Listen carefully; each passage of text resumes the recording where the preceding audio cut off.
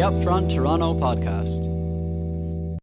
Welcome to Upfront Toronto, conversations with people that move the city forward. I'm really happy to introduce Michel Falcon. Is it Falcon or Falcon? Depends on who you ask. If it's my family, they'll say Falcon. If it's a North American, I'll just say Falcon because they're used to seeing the Atlanta Falcons and things Funny, like this. I didn't say either. I kind of heard I hit a third option now, which is you're welcome for that. It confuses my life even more. Thank you for that. Okay. Michel has incredible experience. He's a partner at Baro on King Street. He's a speaker. He's an author. He pushes people first culture philosophy as an expert on it. Companies hire him to support their organizations with it. And I think his latest venture is Brasa Peruvian Kitchen, which is, and you can elaborate in a minute, but from what I understand, kind of a quality fast food Peruvian chain of restaurants to be. And to add to that, you started it also in the middle of COVID, which I think a lot of people scratch their heads in awe when you were doing it. But you know, why not? It's a great time to see forward. So, Brasa, look out for that. Michel, welcome. We're really happy to have you. Have I missed anything, or can you add anything to that? Well, yeah, I could unpack a couple of things that you had said, but first off, thank you so much for welcoming me. I have seen who you have interviewed before me, and I'm flattered to even be included at all, and flattered to anybody that's listening to this podcast. It's humbling that anybody cares to hear anything I have to say. But yeah, to your point, I am a restaurateur, and it has felt like we've been stepped on and perhaps figuratively speaking, kicked in the face for over a year. But restaurateurs are resilient people, and I'm looking forward to this being in our rear view. I'm optimistic. I'm very hopeful. But I move with a bit of cynicism as well, just to make sure that I have some guardrails in place just in case things don't go as planned. But I'm very much looking forward to my next venture, hiring the great people of Toronto and starting this company here. And one day looking back and seeing that we have a footprint all over the world, and it started in Toronto. You know, when you said with some cynicism, I think that the most successful entrepreneurs are paranoid also. They're positive but paranoid. This is so serendipitous that you bring this up, because it was only a week ago that I was listening to Howard Schultz, formerly of Starbucks, say only the paranoid survive. And it was one of those moments where I listened to a podcast and I had to hit repeat like 5 times. And I'm neurotic like that. I'll listen to a podcast 5 times in a row. And it really absorbed the education. But I was like, only the paranoid survives. And how he unpacks that is like, you can't let hubris set in when you're building a company or you're an artist or whichever is your craft. And I have very short-term memory when it comes to success. Some individuals might say that's unhealthy for me. I don't take victory laps very often. It's almost like achieve it, do it, forget it, live in this little realm of paranoia a little bit. I understand that. I think that's I'm with you also on paranoia. Actually, for us or for me, I do much better when things are good. I'm the worst off. I'm worried about what's going to happen. But when the shit hits the wall, like everything, I flourish. Not that I want to be there in any way, but kind of happens. I'm very much a case study for therapists, and maybe the therapist like advantageous client to have, but that's a different conversation. Well, we can make this one of those, just lay down. Yeah. Michel will start the conversation. Liza is better than I am in that, so very cool. We'll start with COVID, because you're opening during COVID. So, but first I just want a little bit of background. So Brasa, did you start that before the pandemic? Like, was the plan to open before the pandemic and then the pandemic hit? Or did you think mid-pandemic, let's do this? What's the timeline? February 20th, I raised $350,000 and put in my own $100,000 to start Brasa Peruvian Kitchen. I had conceptualized it in the beginning of 2019, but because of my responsibilities with my full service restaurants on King Street, the flagship being Baro, I felt the responsibility to give my business partners a 1-year offboarding. So all 2019, I was offboarding myself from full service restaurants in anticipation to getting to fast casual restaurants. There's a myriad of different reasons why I wanted to make the change, one of which was my family, and we can unpack that in a moment. But I saw food changing. I saw that food was becoming a lot of very transactional in nature, almost like coffee, where we're grabbing and we're going. Now, it might be the illusion that we think we're busier than ever before, but the behavior was there. So I thought I would like to get into fast casual. I like the price point. I like the speed of which customers are served, and the economics made sense to me. So 2019, I was offboarding myself while conceptualizing Brasa. February 20th is when I hosted this call of family members and friends, and within 24 hours, I'd raised $350,000. But I learned a big lesson. Make sure you have your term sheet ready, because what happened was I got all these verbal commitments. 10 people said $35,000 each is what they would contribute. And I was like, wow, that was easy. And I think that has to do a lot with reputation, which we can talk about. Mm-hmm. So I was, took that half victory lap because it was good news for me. Then I started working with my lawyers to put together the term sheet. Took longer than I expected. Then COVID happened in the middle of, yes, we're in, we want to invest, to giving them the term sheet. I learned the big lesson that have your term sheet ready, because some people dropped out. Then I was left with, well, do I go raise again? I don't know if the appetite for investments right now in restaurants are going to be very high, because nobody knew what was going on in March and April. Beginning of March, actually before it was deemed a pandemic, I was in Peru doing some market research, meeting with farmers and fishermen and historians. And I brought 2 marketers with me, 1 marketer and 1 videographer, to capture content, because we were going to use all this material for great marketing. And then the country of Peru went into martial law, and I was stuck there. Sorry, I'm bursting in, but I remember on social media seeing Michel locked in an apartment for I don't know how many days, and he was broadcasting about it. It was outstanding because they went into lockdown faster than Canada, and a harsh one.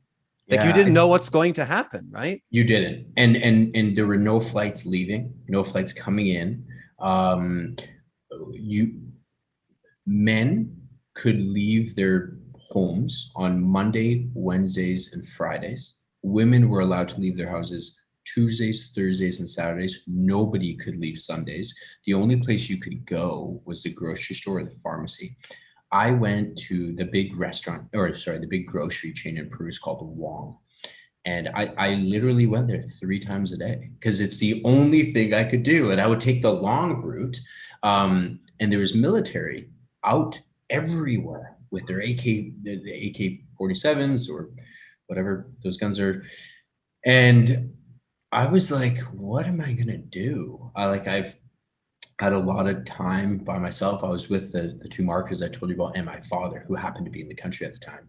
He lives in Vancouver with my mother and my immediate family, but he happened to be there, and he was kind of chaperoning us. But I was sitting there, and I thought, I had a lot of time to think, but I was reminded of Airbnb, of a story of Airbnb, where they raised $40,000 to get it started by selling politically themed cereal boxes. So they were selling in 2000, 2008, I believe it was. They were selling Captain McCain's and Obama O's, and they raised $40,000, and that was their startup fund. So I started, like, I was thinking, like, okay, I have to do something. Like, restaurants aren't I'm not building a restaurant anytime soon. What can I do? So eventually I settled. I went to Wong. I bought a 6-pack of Cusqueña beer, and I drank them just so that my creative thoughts could come to me. And with Jordan, the marketer I was with, I said, we need to come up with an idea. Here's a beer. Let's start thinking.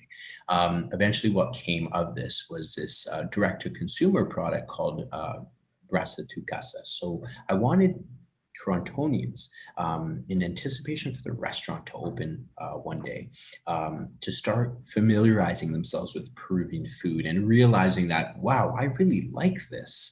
So we put together these nice, beautifully designed kits, and we gave 2 marinade pastes, ají panca and ají amarillo, which are staples in Peruvian cuisine. And I consulted with a chef in New York. I bought some recipes off him, and we just bundled it up, and we sold several hundred of these boxes, and it was a profitable Liza, venture. I received one of those boxes.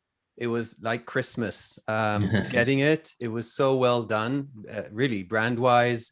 It was beautiful and informative. I couldn't believe you put in that much effort into that, to be honest, Michel, because even from the case itself was beautiful. And Yeah. and then telling you what to do with it, with a story behind it and all. So yeah, it was amazing. I would be remiss if I didn't build this brand with leading with storytelling, because the culture is so majestic. There's so much history, like any other country, I suppose. But if you think about Machu Picchu and the Inca Empire and food and all of this, it was like, I'm not. I think Peru takes it with stories and archaeological sites, and yeah, definitely. It's and it has there. the mysticism. It has an element of mysticism and mystery and unknown. Like, you've got your countries, like any of your countries, like Italy or France or any of the European countries, and even beyond that, it's very obvious. It's not obvious with Peru. There's this element of unknown that you kind of have to discover. Yeah, and to add to that also, very like personal. I hear a lot, and Michel, we talked about it a little, but the scene in Peru, the food scene, is crazy. It is. It's world class. This is the thing, is when I was conceptualizing what my fast casual brand was going to be, I'm Canadian Peruvian. And I've always known that Peruvian food is fantastic, but it hasn't been marketed properly at scale in North America. Because if you want food adoption for North Americans to try a new cuisine, you need to get it to them quickly. Now, Peruvian restaurants in North America, there's some fantastic ones, even ones here in Toronto.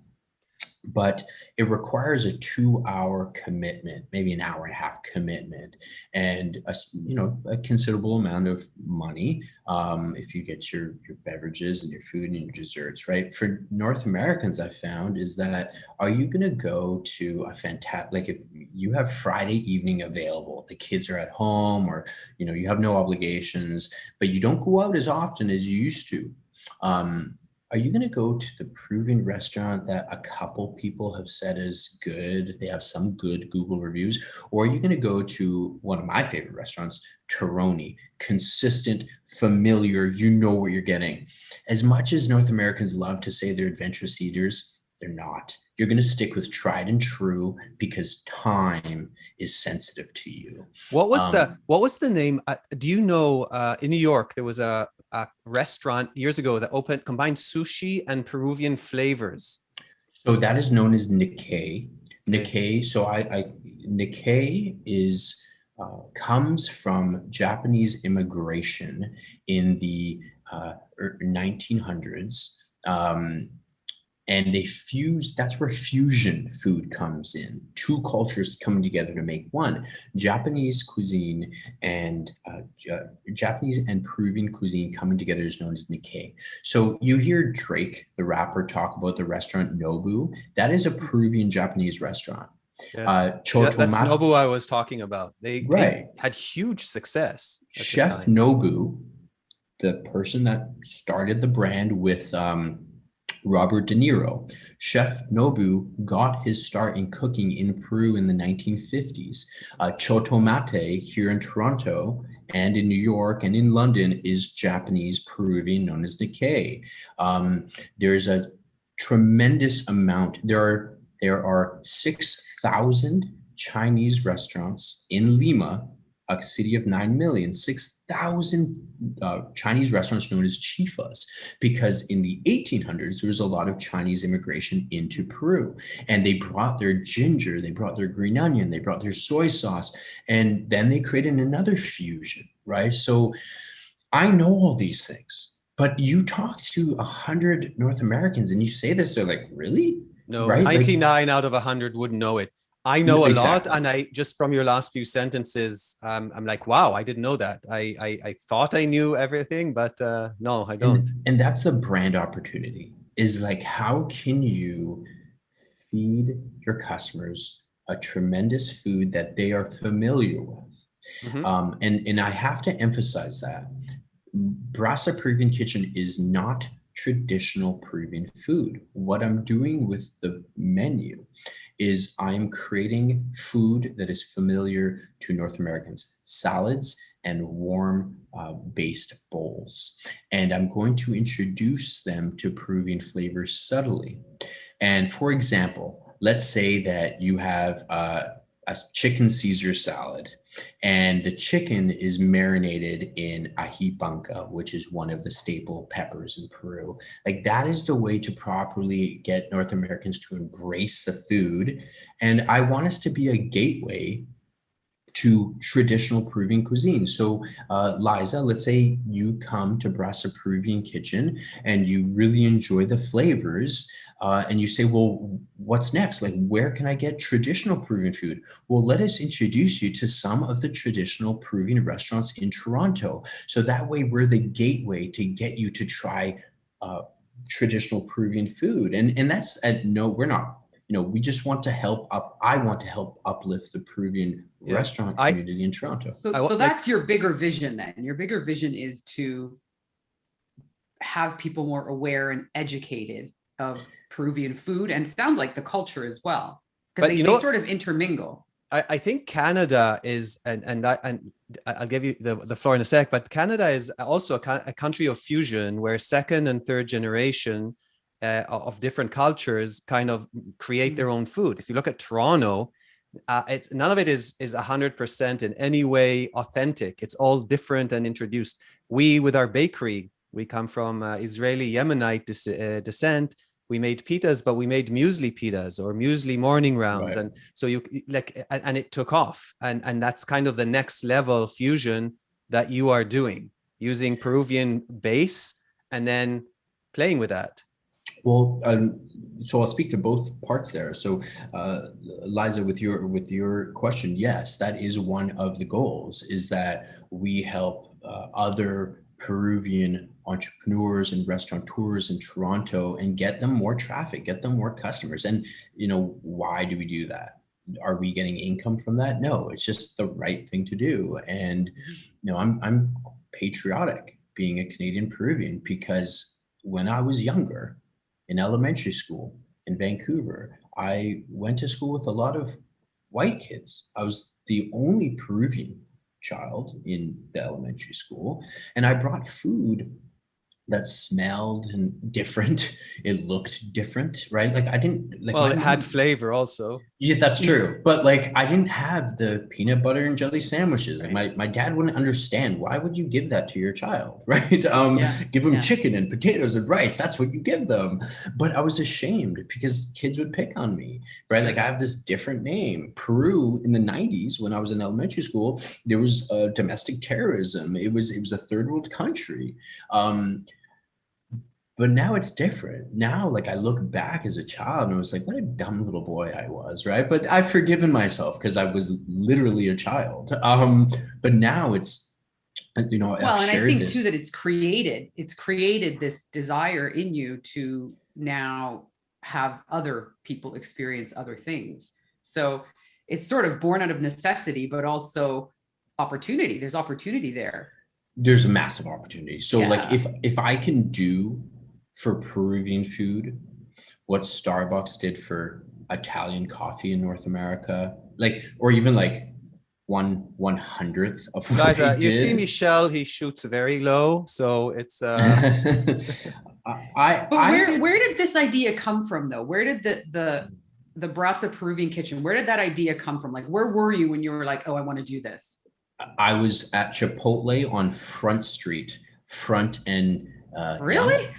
literally. I wasn't And expecting that. no, I know. I have this ridiculous memory. So don't ever tell me anything you want me to forget because I'll remember. But I remember exactly where I was. So I was going to Chipotle quite often because it was something that my nutritionist said, yeah, you can eat there, right? Like if you modify your bowl a little bit, and it was a good price point. And I started thinking about fast casual, as I mentioned earlier. But then I was like, okay, well, what type of fast casual? And then I listened to a podcast of the founder of Chipotle. He was this white guy who wasn't Mexican. He started in Denver and popularized Mexican burritos and built a brand around it. And then it literally hit me. I was looking outside of the window with like fork in hand, and I was like, fast casual Peruvian food. Why hasn't this been done before? Right. guys, And then, you were expecting I was on the top of a mountain, I was like, I was ending a meditating. meditation, getting off a 4-day ayahuasca trip, and the idea came to me.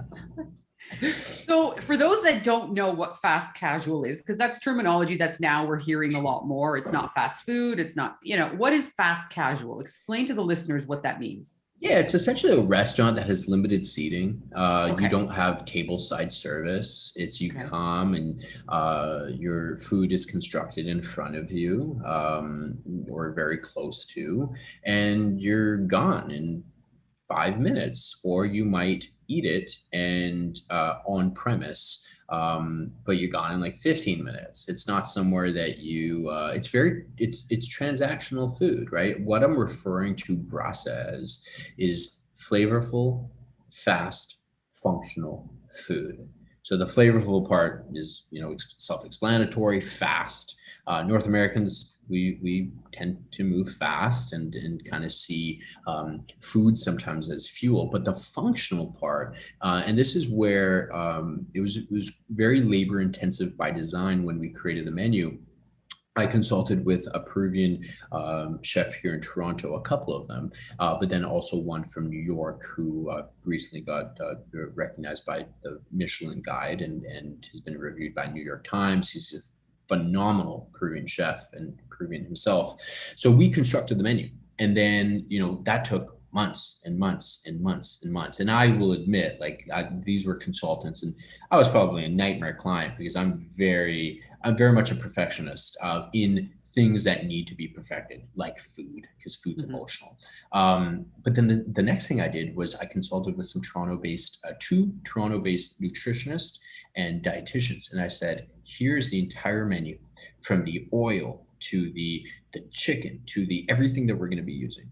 Audit this, because I want this food to be very versatile and, like I said, functional, where Elon, you could have this meal before the gym, right? We could make you a bowl that will give you fuel, the energy you need for the gym and to go exercise. Hence, the functional element. So yeah, but so you could break it also down: have the proteins, the fiber, the grain, the green, and so forth. But then you could also have it after if you needed to fuel your body. Liza, you might have a very important meeting at 1:30 that you want to be sharp for. We could build you something that's not going to make you feel bloated.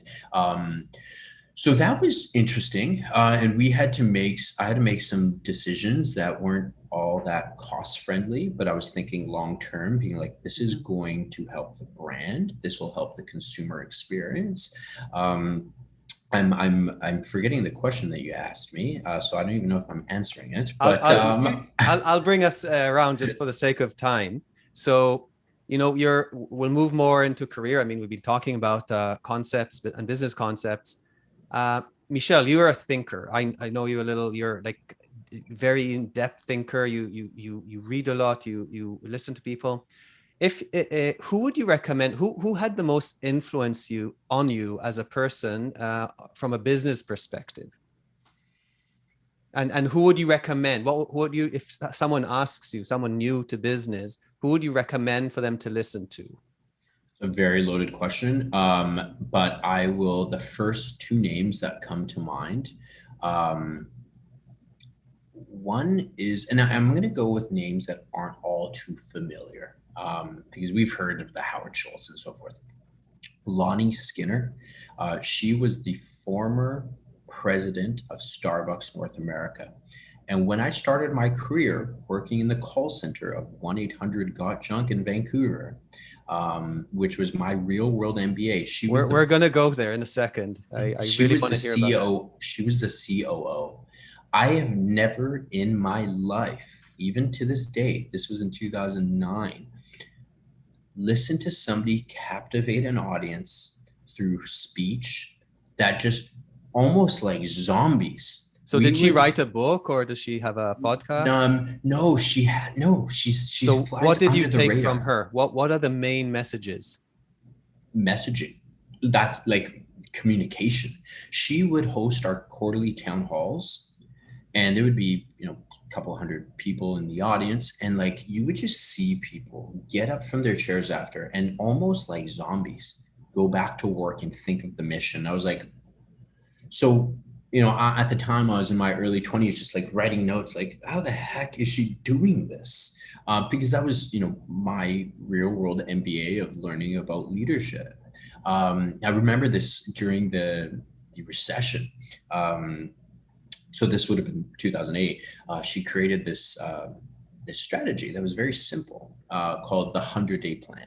And it was, in other words, she said, look, we're in turbulent times, but here's the next 100 days, we're going to do 1, 2, 3, 4. Yeah. And shared it with everyone in the company, part-time call center employees, all the way to the CMO and everyone knew where to go. And yes, it hurts right now. We're scared about losing our jobs. We're scared about feeding our families, but the 100 days. So basically having a period of time that you can envision and then attach tasks that you can do without going it being a pies in the skies, right? So what I say now is who's going to do what by when? Mm-hmm. For the next 100 days. Yeah, there needs to be a beginning and an end date, right? Mm-hmm. You can't just be too philosophical, like open-ended. It needs to be concrete, something you can see, something that's achievable. So Lonnie Skinner was one, and then I'll go with a more familiar name, Danny Myers. He's one of the biggest restaurateur in New York.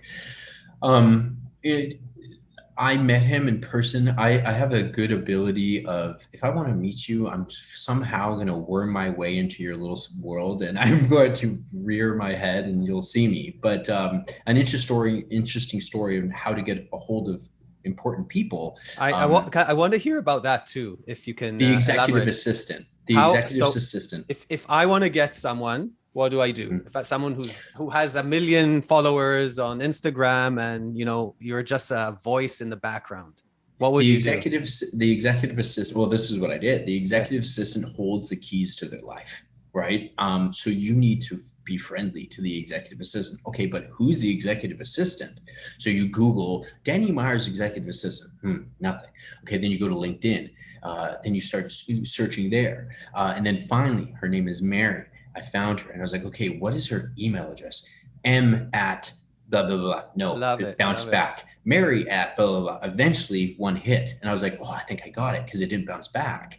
And then I just, said, this is who I am. I literally, and be different. In the email, I said, I literally just need 7 minutes of his time. Not 5 minutes, not 30 minutes, not 60 minutes. 60 minutes is out of the question. You're not getting 60 minutes of anybody importance time.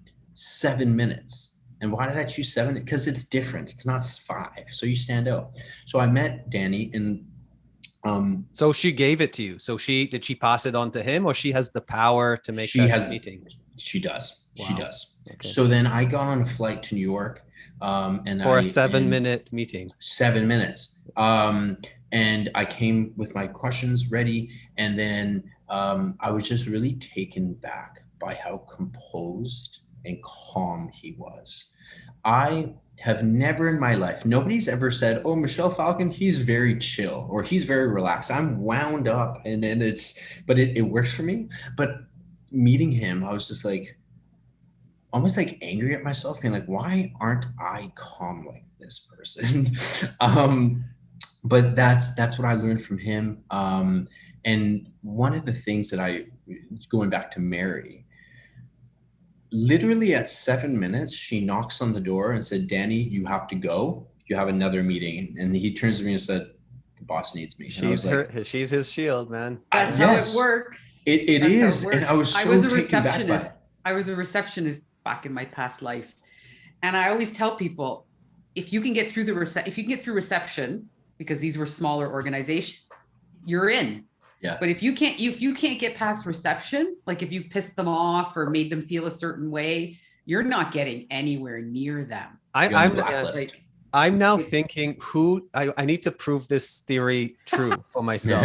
Now I have to pick a victim and try and infiltrate them. Back to Michel, I just wanted to ask, like, when you wanted to meet with him, what did you want to accomplish? Like, what were you set out to do? Well, I like things in three.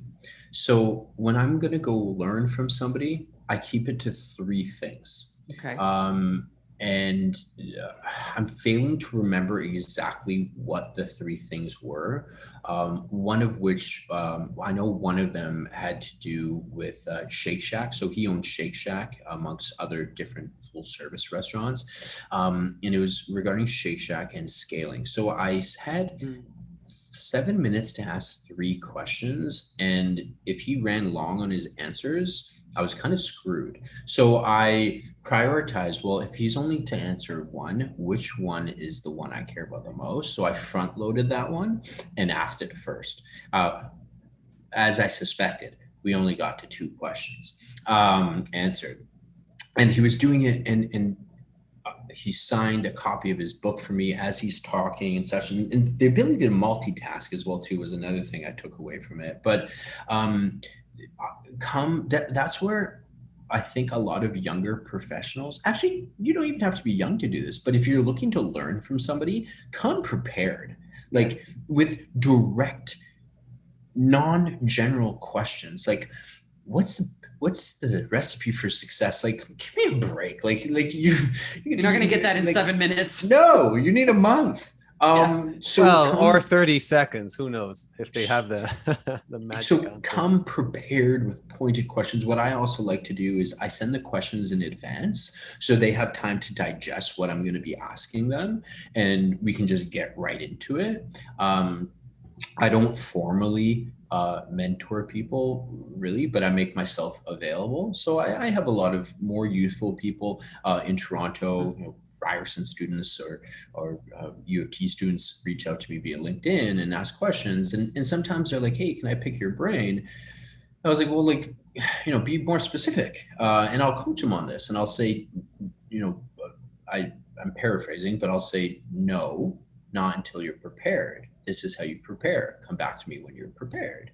And I say it in a way that doesn't sound arrogant or anything like this, because I like to believe I'm not arrogant, but I'd also like, no, don't waste your time or their time either. It's both ways. Yeah. And it's teaching them something. It definitely prepares. Yeah, there's a lesson in there. Value the person's time. So to go back to the got junk you mentioned, and you mentioned it as your first job and MBA almost, or where you learned. Can you tell us about that? Was that your first job? And how old were you? First career type job. Like I've worked at Foot Locker and places like this, of course, but this was my first career job. I was playing basketball. This is a testament to my memory. 2007, summer of 2007, I was playing basketball with my friend Naveed Sharif. He was studying to go into dental school, and he had just taken a job at 1-800-GOT-JUNK in the call center for his summer employment. And I was in business school struggling. I'm not an academic. I don't say that proudly to be like a college dropout. I learn differently, I suppose. But So I said, this is interesting. So what's this company about? So I did some Googling the evening after my friend David told me, and I realized like, whoa, this guy started a company. His name's Brian Scudamore. He bought a pickup truck and now it's $100 million company and he owns all of it, right? Where like there's no venture capital, like this is a true business. And I was in business school trying to learn how to build businesses, but I wasn't learning properly, but I was paying. And then I was like, wait a second, I could get paid to learn. Like this seems like the avenue for me. So I interviewed the first time I'd ever been part of a group interview where there was multiple candidates answering the same questions. And I spent 5 years there. I got promoted 5 times in 5 years because I really worked hard. I gave myself to my career and to the company. This was starting in my early 20s. And I learned so much there. I learned that company culture really matters. Treating your employees really matters with proper systems and processes, like how to properly interview so that you don't have misfits in your business, because that will deteriorate you from the inside out. I always came back to like, I love how this is such a true organic entrepreneurship story. Where are they now at sales? Because they're like a tremendous company. They have great name. Liza, they pick garbage. Like you can. Oh yeah, I know. They go to your house and pick garbage, yet have tremendous success. And I think it seems that they kind of were part of your determining your future, because you're the expert now on people. So they absolutely were, and I will always pay respect to that company because they kind of like put me on, if you will. They put me on the right path. They put me on the right things to focus on. And at the time, I was trying to think of like, well, what's my expertise going to be? Is it going to be PR, marketing, like within entrepreneurship? And I realized people is my thing. But now they have multiple brands. They're also in painting and they're a home services conglomerate now, and they're about, I believe they're at 350 million. Again, no outside venture capital, a true business that focuses on people and customer service. And I like this because, right now you look at how companies grow and it's like, well, just give Facebook $1,000 or $1 million. And that has proven to work, of course, undeniably. But I love the idea of like, how did people grow businesses in the 70s, right? Like organically through, I'm going to give you a good product and you're probably going to come back for this good product because you like the product and you like the people who are serving you. And customers come back and they refer, and that's a truly profitable business because the cost of customer acquisition is so low. And before that, you treat your employees well so they don't turn over. And like, this just like makes sense to me, and I'm comfortable in this arena. Liza, I find it funny. Sorry, Michel, that he said he's not an academic, but you're such a thinker. It's unbelievable. You dive into detail more than anyone I know and break it down to pieces that you'll understand and kind of see how it's made, which is a very unique ability. Well, I need to like what I'm studying. And I was talking to my fiance about like, so how are we going to raise our kids, right? Like, what are some things that you stand behind? And we were talking about education. And I said, is it on an Excel sheet, by the way? No. Although my life is pretty programmed. But, I told Sophia, I said, look, if our children ask us, are Roman numerals important? I'll say, no, they're not. So get a C, and I'm fine with that. But you focus on grammar, diction, all these things. Like those are the important things. And for me, like that's part of why I didn't excel in university, is like I don't care about philosophy. No disrespect to anybody that does. I just don't personally care. And I don't want to be put in a room and said you should care. Perhaps that's I don't know what that says about me. Probably a lot. Well, it sounds like there's a little bit of a rebellious side, but for your own personal development. As opposed engagement, to just for the sake of being. And it's not to be, combative. It's just like, I just don't see eye to eye with this. So I'm going to try to create another path, and maybe I'll be wrong. And I have, of course, been wrong many, many times. Yeah, I think it's what it shows is a level of authenticity, and that's so important in what people do.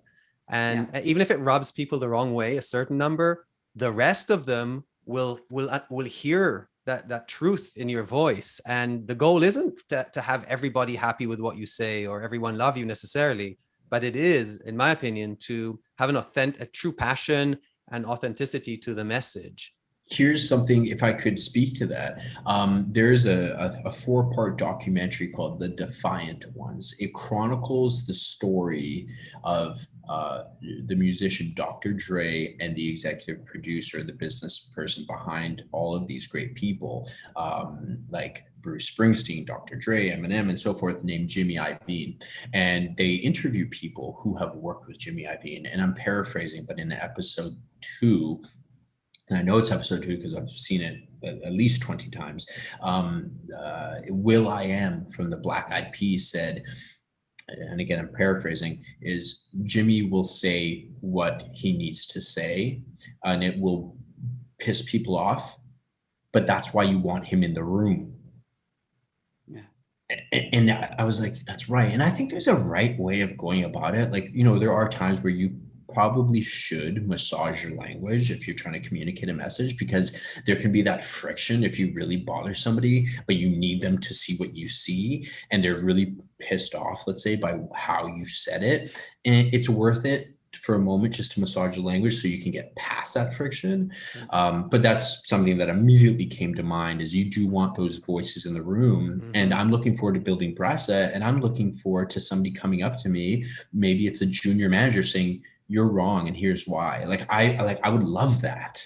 Say, well, because you're a confident person also. And I think the issues emerge when people without confidence waste all this energy on confrontation and ego and all that nonsense. And then it's just a waste of time and energy. Michel, where do you see your business in 5 years? We will be in the US, while we will start in Toronto, while I'll go south, likely after my instinct tells me after 6 stores. We'll be at 3 stores between now and October, which makes me nervous and excited at the same time. But then we'll immediately go to the US. What I'm really interested in is, what does Brasa look like in China? What does it look like in Japan? I don't know how to market to those regions, but there are people who do. And like with the storytelling of the fusion between China and Peru and Japan and Peru, like I think there's going to be tremendous growth opportunities there. I'm not, I recognize that I need to open my location first in the Junction, right? Like that's next month. Like let's focus there, but I can't help but think about 5 years from now.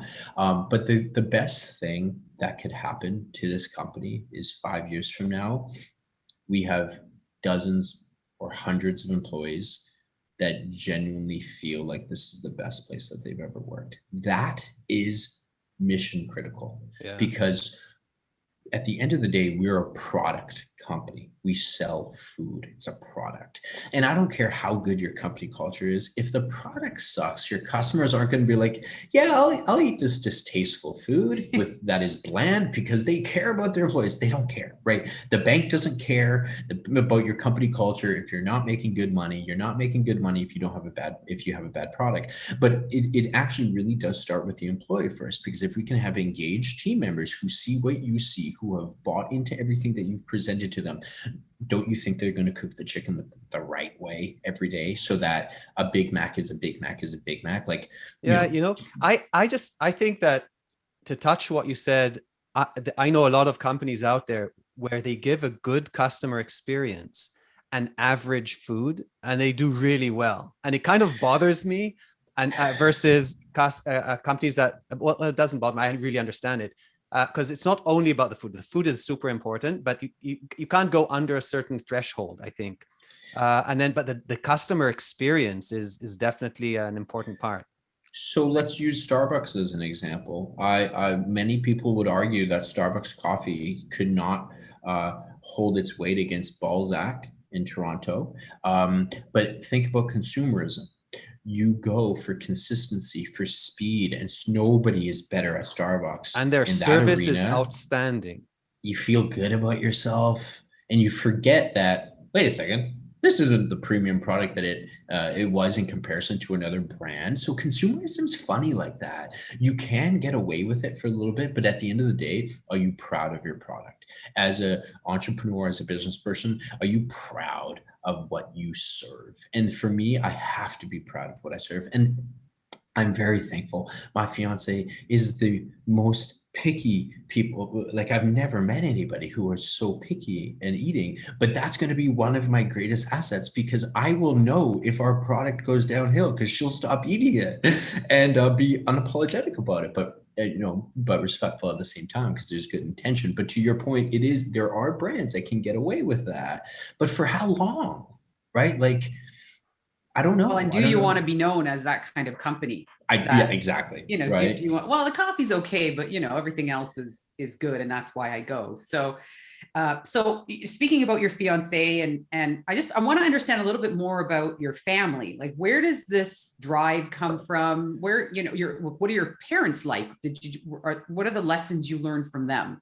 Because this is born of two other people and then a whole family. So the first time I started thinking about this, and this is kind of a greater purpose for me, was walking by myself and kind of just thinking about it. And I'll be honest, what I'm about to describe made me cry as I was walking, right? Like, not full blown sobbing, but I was like, whoa, right. I had to catch myself. I referenced earlier growing up being ashamed of being Peruvian. I can speak Spanish, but not as well as I should, because I told my parents, don't speak to me in Spanish when I was a child, because all the white kids speak English, so I want to speak English too, right? Having this like different name and so forth, like, that's driving me. Like, I remember the kids in elementary school. I remember the first and last names who picked on me. Like, I'm not doing this to spite them, but there's something deep. I'm like, I'm gonna do this, right? You should be thanking them today, right? I should be. Giving them But here's the thing.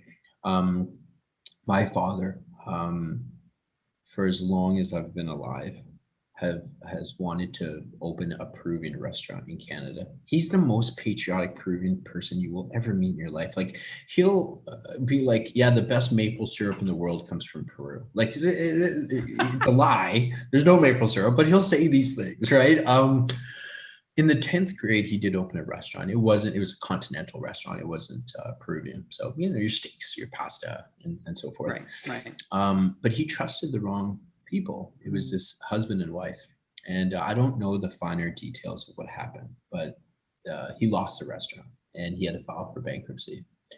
And on in the 10th grade, I remember standing at the top of my parents' stairs, seeing my dad sobbing, yelling, "There is no fucking money in this house." And my mom standing over him, who thankfully, my mom's retiring in a couple weeks after 37 years of working for Air Canada. Her job saved our family. And I don't know the finer details of, did they almost get divorced because of hardship, because of finances and so forth. But I remember seeing my dad, and at the time it didn't compute, but it does now. Like, what was he feeling? Like failure? Like, this isn't the life I wanted as a kid. And now it's like, this isn't business. This is very personal to me.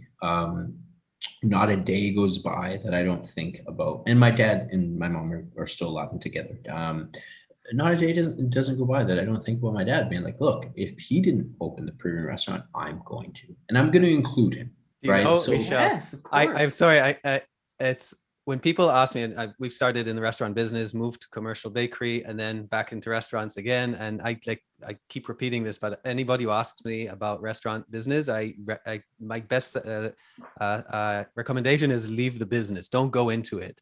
And for you, your father had a bad and you do super well in the business world and consultancy, and you're going into restaurant business.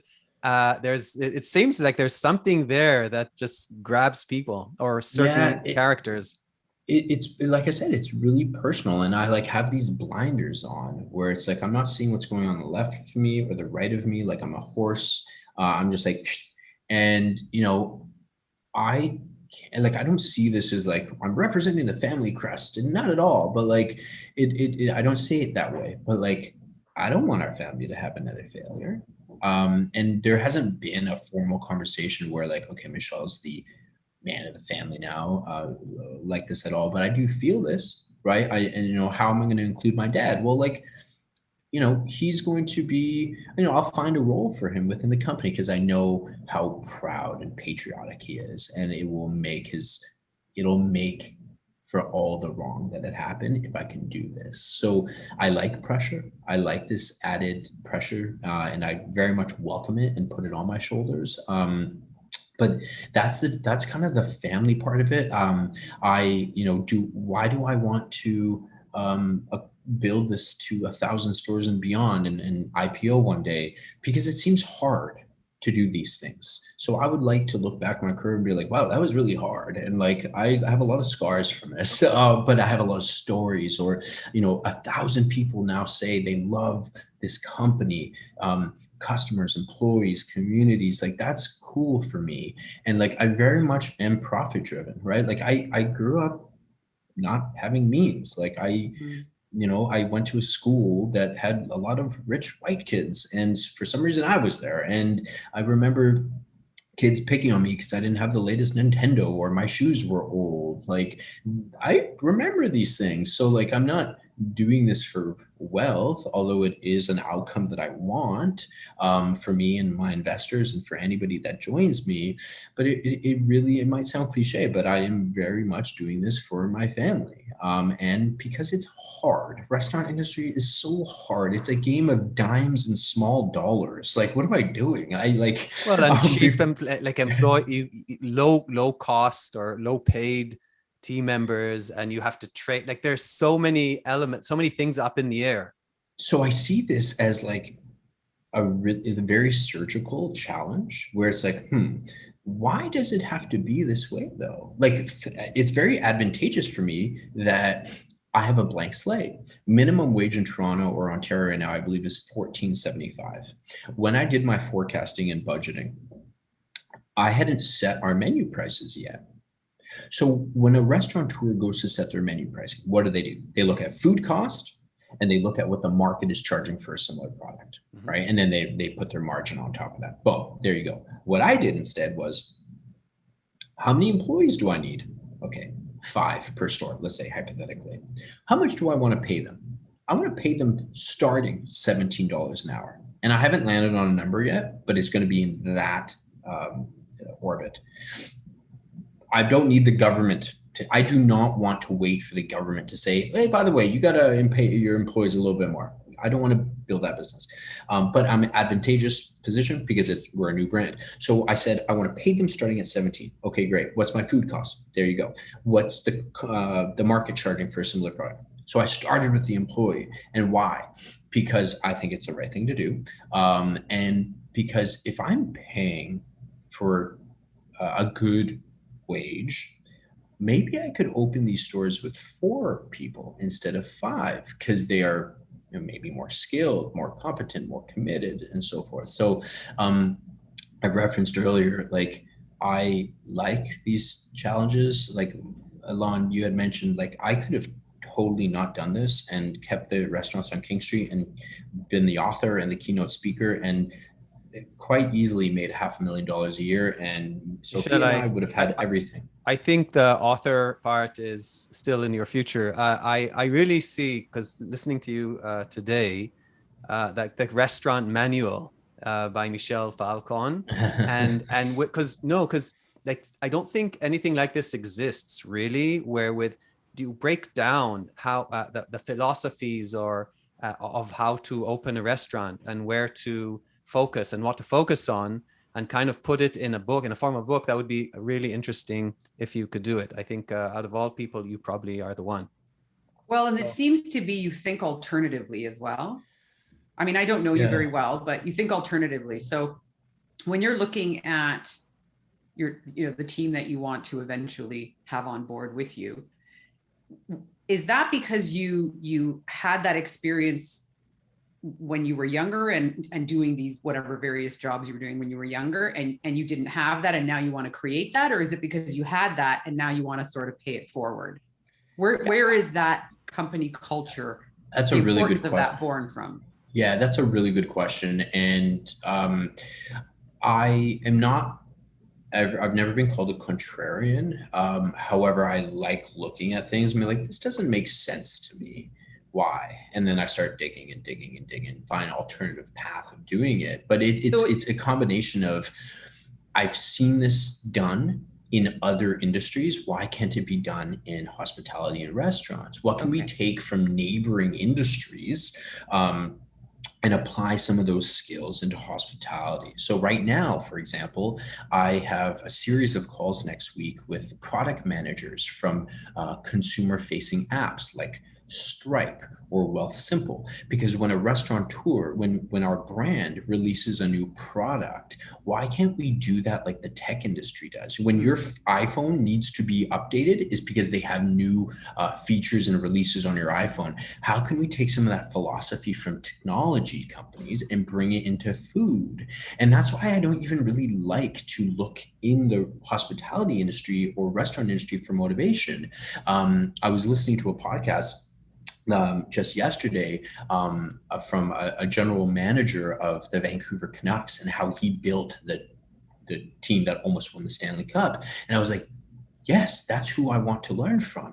And then he talked about how he reached out to the US Army to learn how to manage people who are battling fatigue. And that's where my mind goes. It's like, I'm going to go down this path because it hasn't been less traveled. Yeah, because why go down the same road that hasn't helped you achieve the results you want? It's just a dead end. So you grew up in Vancouver? I did, yes. Sorry, I did. Sorry, continue your thought, and then I would just want to go. Well, with just kind of building, like I taking on builders' mindsets to things, and creating experiences that employees and customers have never seen before. And to be able to create an experience you've never seen before, well, it has to be taken from outside of the industry and brought in. And that's where I allow my mind to wander. You've never met anybody who's ever walked the city of Toronto like I have. I walk and I think and I walk and I think to my ever dismay. But that's where all my critical thinking happens. And all of a sudden I have this concept or this idea, and people were like, how did you come up with that? I was like, you don't even want to know. Like, it wouldn't make sense to you. It wouldn't compute. Right. It just comes to me and then I run with it. And look, it doesn't always work. But when it hits, it hits. And yeah. Michel, I want to just to touch that part, because I think it's really important for people to know. And Liza, we've discussed this before. Also, it's that creating that gap where thoughts come to you, and they almost, when you're looking specifically for something, you usually don't find it. But when you distract yourself or put yourself in a state of openness, then it does. For me, I do product development, or I did for the bakery. Every idea I got never came when I was at the bakery. Never. It was when I was traveling, when I was walking like you, or swimming, or in a market, and you're kind of open up and keep your eyes, ears, and soul open to things. And then it's like this metaphysical thing. You see something here and something there, and then they kind of come together in your mind. And that's where the magic happens. And it doesn't always work. Like, you can get excited about it. You try it. It doesn't always, but you allow that gap for new ideas to come in. The founder of 1-800-GOT-JUNK said something that I will always remember. He said, never try to solve the problems in the same environment where they were created. Oh, amazing. I love that. I know. It was one of those things where you're like, damn it, why didn't I think of that and say that? I could have trademarked that, put that on t-shirts and made it like, it was like, what are those moments when, when you hear something, you're like, what did I just hear? Yeah. And then I'm saying it's going through my mind right now. I have to listen to it again. Yeah. Right. And that's what I want to teach, our team members as well. In whether you're a part-time team member or a salaried team member, like, how can I pass along some of the things that I've learned? Because I don't, just because I'm technically the founder and the CEO of this brand that's emerging or going to start growing, I need to focus on my development. And then, it's kind of top-down education, but also peer-to-peer education, right? Like, I just made a hire yesterday. He accepted the offer, which I was so happy about. And I was reminded about how good it feels to make a great hire, or at least what you think is a great hire. You never know, because you never know until you know. It's really just kind of a guess. But that was reminded me, and I can't wait to hire more Torontonians and bring them into this culture. But it reminded me of how good that feels. And if you're in a leadership position and you don't feel that enthusiasm or joy of making a great hire, you shouldn't be responsible for hiring at all. Hiring, for sure. No, for sure. you don't, because what happens is it becomes transactional. It becomes a knee-jerk reaction, like something on my to-do list. Yeah, there's something personal there. It has to be personal to a certain degree. Absolutely, yeah, right? Like, and it doesn't have to just be found for the founder and the CEO. Like, if you're the director of marketing, that is your little business. That is your pod, and you should hire the same way that you invite people to your housewarming party or your wedding. Right? You're not just going to let anybody show up, right? You're very surgical with who you invite and strategic, and you have to hire the same way, because you're welcoming people into your second home, really. Right. Yeah, and this business is so people oriented. It's your team members, it's your customers. It's that you have to be a person, people, and you need to love people. If you don't love people, you cannot be in this business.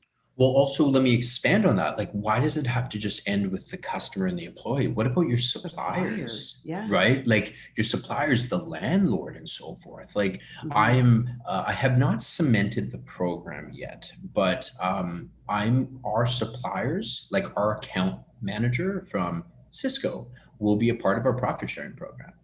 Right? That's amazing. I want to extend that. Yeah, and these are some of the things. Be like, why not? Oh, you're so right. When we had at the bakery, you just reminded me something I haven't thought about in a while, but we had a couple of rough times, as all businesses go through, and we really almost went out of business, where we lost a big chunk of our business in a very short period of time and had an issue with cash flow. I'd say 99% of our suppliers played ball with us, where we had to extend the payments to them, because until then we treated them great. We paid them on time. We were not trying to finagle everyone. Usually it's, let's push the suppliers from 30 days to 40 days to 60 days. That's not fair. It's not fair for you to pay a supplier 60 days after you got their product or service. It's just not right. And they all independently pushed it to 60 days just for that period that we were really had a hard time, until we got over the hump. And now we're back down to 30 days. So you're right. The suppliers are a very important part of this equation. And that's the ability of thinking long-term, right? Like, when I was building my relationship with my fiance in the early days, we saw a future together. So, sometimes you make sacrifices. Sometimes, there's many parts to that relationship to be able to have a fulfilling one for years and years and years, right? So why can't we take the same mentality that we have in our personal relationships and use those learnings into our professional relationships? Because at the end of the day, it's not a difference between personal and commerce. It's human behavior. That is what we're trying to figure out. And some people might say, well, yeah, but it's different. We're like, well, I'll argue that it isn't, right? But that's just okay. So thank you. I just want to move on to city. Do you want to wrap up, Liza? Yeah, no, I just wanted to ask, and it's going to move us into city, so help us understand, you grew up in Vancouver? Yes. So how did you end up in Toronto? And then we'll kind of get into city. I met my business partner at Baro in Chicago in 2012, randomly. We kept in touch for 4 years, and we said we always wanted to work together in some capacity. And he owns a handful of Tim Hortons franchises here in Toronto downtown. And in 2016, he called me and said, hey, I think we have an opportunity to work together. We're about to build this 16,000 square foot venue, 4 floors, and we're projecting it's going to do $10 million a year in sales. We need to hire 100 employees. And for me, at the time, I was doing some management consulting. I was a solopreneur, and companies would hire me for things related to company culture and customer experience and I was doing keynote speaking, but I grew lonely, right? Like I missed being part of a team. So I looked at that opportunity and said, yes. So I actually moved to Vancouver to Toronto just for 3 months. That was the length of the engagement. 3 months turned into 6 months. 6 months turned into do you want to be a partner and buy into our ventures? And we have, we're going to be opening up more venues in Toronto. So, you know, I said yes, called my parents and my sister and said, hey, doesn't look like I'm moving back to Vancouver. And that's how I ended up in Toronto. Never anticipated it was going to happen. There's something about Toronto that Vancouver doesn't have, and vice versa. It goes vice, yeah. It does, right? It goes both ways, absolutely. Toronto just moves so quickly, which is perfect for me. And being 35, I don't have children. So right now it's like I have more time to build my career, and with how fast Toronto moves and how ambitious some of the professionals are here, like it made sense for me to be here. Gotcha. My only regret is that I didn't move here 5 years earlier than I actually did. It seems things timing, worked out. Timing has a way of figuring that. Okay, Alon, over to you, because I want to hear about, I want to understand as you're walking the city. Yeah, and I was going to go with that too. Yeah. So I stumbled upon Michel walking in the city a month ago, and not far from me. Neighborhoods of the city. So where do you live? Yeah. And then where do you like to walk? What neighborhoods give you the most inspiration? I live right behind St. Lawrence Market in the high-rise condo behind it, south of St. Lawrence Market. So that is home. Although I came across Bloor West Village, and I was there. My friend opened a cannabis store and an ice cream parlor, which is kind of, it works. But I was in the neighborhood. You think? Yeah, it is a good match. It totally is. It totally works. But I was like, Bloor West Village, like, what is this place about? So I got in my car and I just started driving up and down the streets. So I was like, I have to live here. So we're probably going to head that way. So west of the city, I'm east now. Next spring is what I would like to do. End of winter. Where I like to walk, I am very creature of habit. I have the same walk. The Upfront Toronto podcast. 15 minutes every morning. I go to the same coffee shop. Wait, you please go into detail. What time do you get up? Because I'm curious. And then what coffee shop? I'm usually up at about 5:30 or so. By the time I head out the door, it's like 6. I take the dog. Sometimes it's with Sophia, my fiance. Sometimes it's by myself. And there's times where I'm like, hey, I'm going by myself. I need to think. I need to put my earpods on and so forth. But I go down Esplanade. If anybody wanted to kill me, they would actually really know how to do it easy. So I don't know. I head east, further east. Have this telephone pole fall at 6:35 at that juncture. He will be there. Here are the coordinates. But I go through Courttown, and then I eventually end up on to if it's the weekend, I'll stop at Blackbird Bakery on Queen East, pardon me. And then I'll hook back and head back home. But it's very much the east side of town. You have to take people to Kensington Market when I have friends in town. The first time I went there, I was like, this does not feel like I'm in Toronto. Don't you think, like, where am I? I know. And I had time warp. Alon, I think I told you this when we ran into each other. I sent our mutual person that we know, Tucker Max, to Kensington.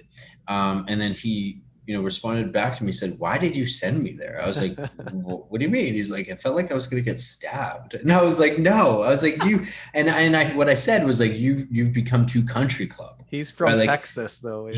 Right. And I love Kensington. I buy my produce from there now. The the individuals that are there and part of the community, they have stories, right? Michelle, I have my realtor, who, we just are in friendly terms. She's always looking at the places at Kensington Market. So it's amazing. And sure, then, I aside from that, like I love College Street, like Little Portugal, of course, Ossington. Like I can't wait. So you basically are covering the entire city, which is amazing. I know. So there's no neighborhoods that don't attract me. I can, much. so let's start, I can maybe go through it at a different way. So if you have a family member or a friend who are new to the city, and and they ask you, where should I walk this morning? Where would you send them? What would be the best, kind of within 2-3 hours, the best walk of the city, and why? I would say go through Chinatown and go through Kensington Market. You can find a Chinatown in any city, really, in any metropolitan city, but it's just a different energy. The food is more authentic, I find. So I always send people there. Like, go to El Rey in Kensington and get their guacamole. It will knock your socks off. You have to get drunk on tequila and you tacos absolutely. there. It is the best. It's one of the best patios, Liza, hands down. It's. I guess this is not a morning walk you're talking about. No, well, it depends. After 11:30. 11 is still morning. 11 a.m. is technically still morning, but go to El Rey, go to Rasta Pasta and get like a patty from there. So I'm not the type to spend time in Yorkville. I'm not speaking poorly of it or anything. It's just like I've seen that before. Whereas, and many people who come visit me have seen this before as well. So like go somewhere you haven't been. And that's where I would send them. Yeah, we have another person we interviewed, and she said there's a chaos in Kensington Market, and every time she goes, she discovers a new place, and when she thought she knew it so well. It's organized chaos that makes sense, right? It's so small, and like it almost feels like I said, you're in a different country, but then you look up and you see the CN Tower and you're like, this doesn't make sense. Like, why is this even here? Right. But I love it. I love Toronto. I have no intention of going anywhere. So on a kind of different angle, because that's the greatness of Toronto. It's different neighborhoods and people. Bureaucracy. So you run 1.5-2 businesses, starting a business. What's the most challenging bureaucratic challenge that you've had with the city? Building permits. Can you give I think examples? A lot of people can agree to that. Yeah, it just look. I don't want to generalize at all. I don't think that this city is set up to move quickly. And when you have entrepreneurs who are going to build businesses and pay taxes and hire people who are therefore going to pay taxes, wouldn't it make sense to move quickly to get them up and running? It gives the illusion that it moves quickly. It gives the illusion that it's this city and we're getting bigger and we're developing, but can you be specific though, Michelle? Sorry, Liza, like I'm curious, what specifically, how long, what was your experience? How long was it from application time until the day you get the permit? So they say 20 business days. I don't know anything that should take 20 business days. But, for me, it's like service level agreements, right? Within Brasa, there's going to be a service level agreement that you must respond to all communications internally within 1 business day. That's the goal. And if it doesn't work for you, then this organization isn't for you. And, we're not right or wrong. We're just right for us.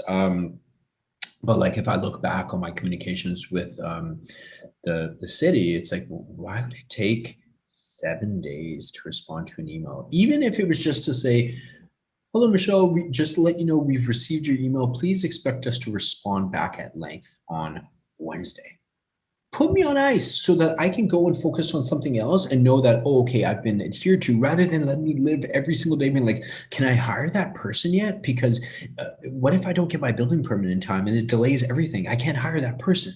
Can I start doing product training? Like, and this is, I don't know what the solution is because I'm not ingrained into the city enough. And perhaps I think they need to hire an entrepreneur to work for them, because when you're on the entrepreneur side, you're bleeding money every day.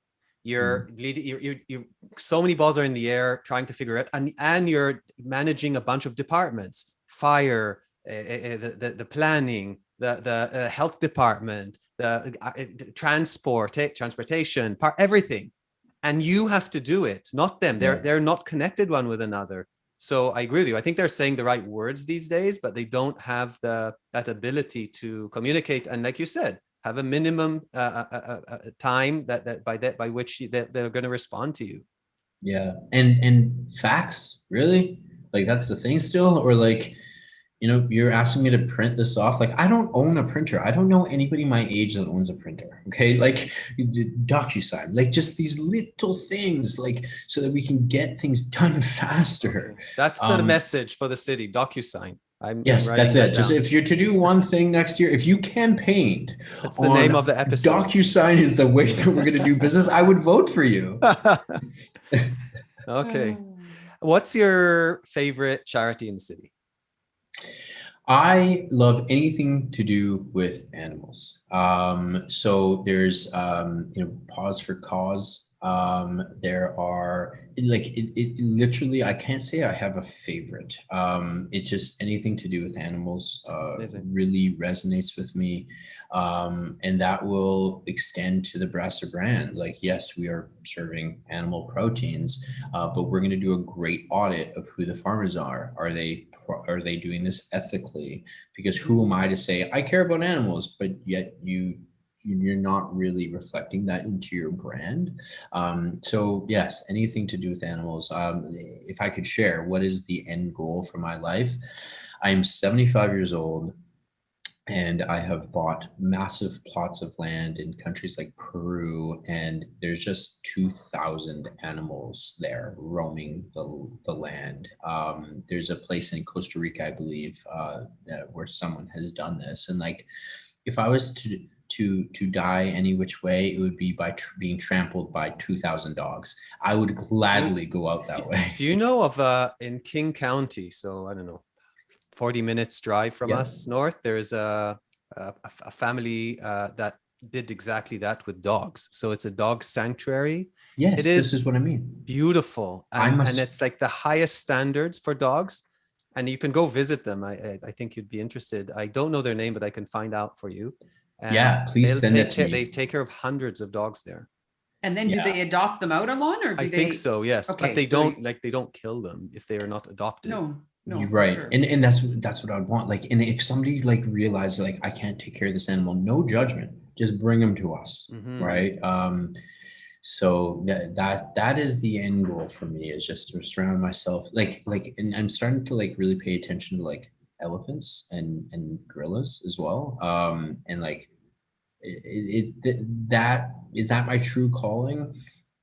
Maybe we'll see. The next chapter. Yes. Or a few chapters from now. Perhaps. I'm a ways away. I got a lot of work ahead of me. Yeah. For now, but that's something I would explore. I'm interested in it. Okay. I'm thinking of time here. I'm looking at time. You're obviously very busy, Michel. So we're going to move to the quick fire. Yes, please. Real quick questions, and then we'll wrap it up. So I think I know the answer to this, but I'm going to ask anyway. Coffee or tea? Coffee. Dark or milk chocolate? Milk. Beer, wine, or whiskey? Beer. Breakfast, lunch, or dinner? Dinner. Home cooked meal or takeout? Home cooked. City or countryside? City. At this point in your life? Right now, city. City, okay. Favorite season? Fall. Night out or stay at home? Stay at home. Right. Always. Morning person or night owl? Morning. Like, why would anybody stay up at 10 p.m.? That has like always been bizarre to me. Yeah, no, I fully get it. When you said you woke up around 5:30, I was like, oh, there are other people like me. Because Yeah. 5:30, it's such a magical time. So I can't, I'm forgetting what entrepreneurs said this, but he said it perfectly. He said, I want time to just putt around Right. and do nothing. Just putt, just whatever. Like Yeah. there's no schedule and quiet. And like, so Sophia also wakes up early as well. So we do have that time together also, but there's times where like, we're both like, hey, like, Sure. get away from me. Like, I want to go do my own thing. And we respect those boundaries, but like that time is magic. And I don't wake up at 4 a.m. because Forbes magazine said the smartest people in the world wake up at 4 a.m. Like I wake up when I wake up, but I love my morning. Yeah. Okay. Bath or shower? Shower. When entering the swimming pool, do you jump in or do you tiptoe slowly? I would love to say I jump in, but I tiptoe. No. Yeah, I know, and it makes it actually worse. I don't know why. Much worse. Yeah, it does. Much like, worse, especially when the water gets to your waist, and that's like Okay. And we know you're a dog person, so I want to ask that question. Books or Netflix or TV? podcasts.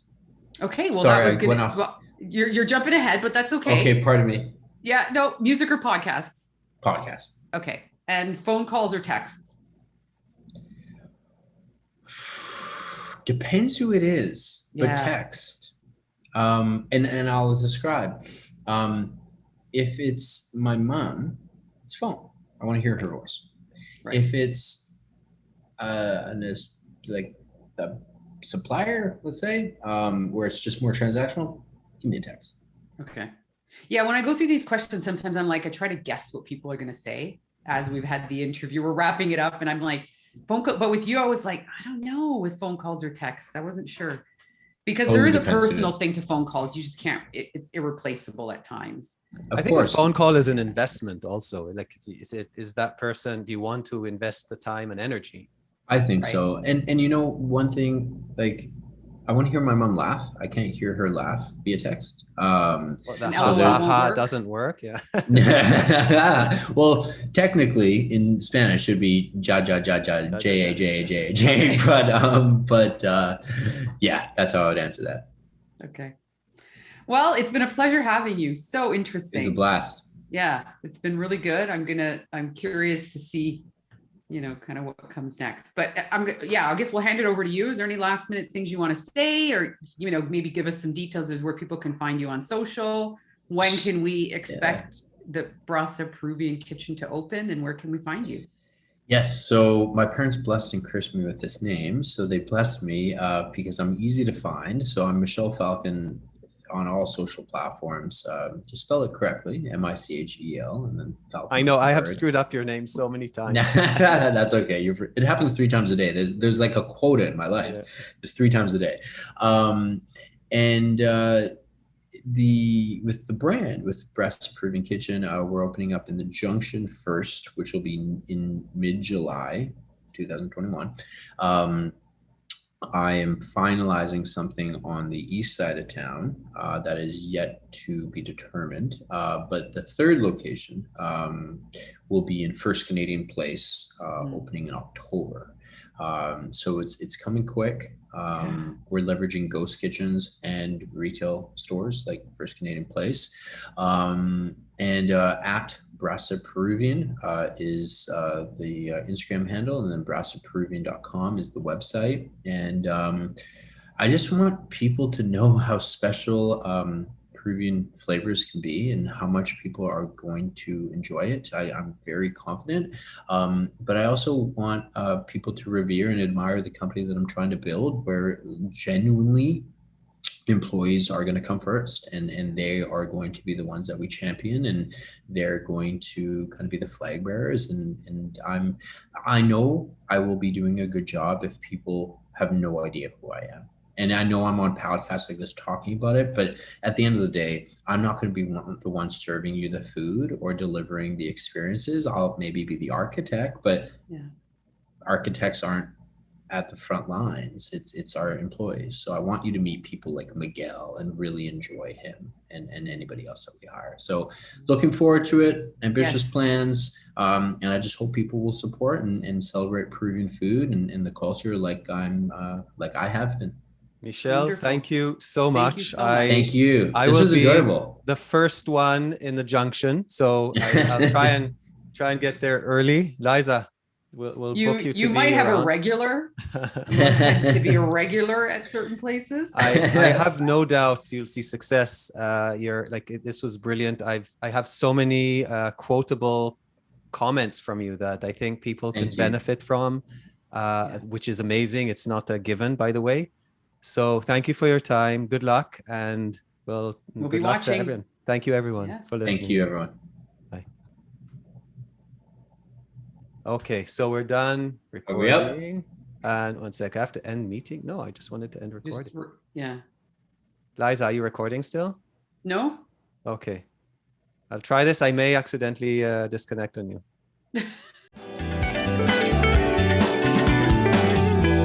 The Upfront Toronto podcast.